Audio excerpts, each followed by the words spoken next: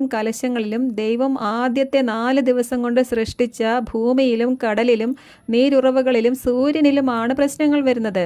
അതായത് തൻ്റെ സൃഷ്ടികളിലൂടെ അഥവാ പ്രകൃതി ദുരന്തങ്ങളിലൂടെ ദൈവത്തെ തിരസ്കരിക്കുന്ന മനുഷ്യരെ ശിക്ഷിക്കുകയാണ് ഇവിടെ ദൈവം ചെയ്യുന്നത്.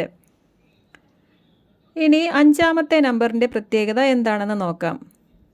5-ാമത്തേതും ലോകം മുഴുവനിലും വരുന്ന കാര്യങ്ങൾ തന്നെയാണ്.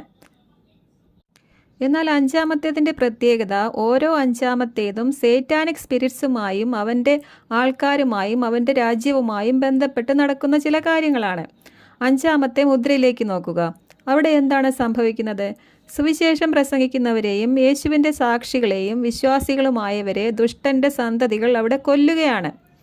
5-ാം മുദ്രയിലെ ഈ രക്തച്ചൊരിച്ചിലുകളോടെയാണ് ജാതികളുടെ പൂർണ്ണസംഖ്യ തികയുന്നതും കൃപാകാലം അടയുന്നതും. അങ്ങനെ റാപ്ചർ നടന്നതിന് ശേഷമുള്ള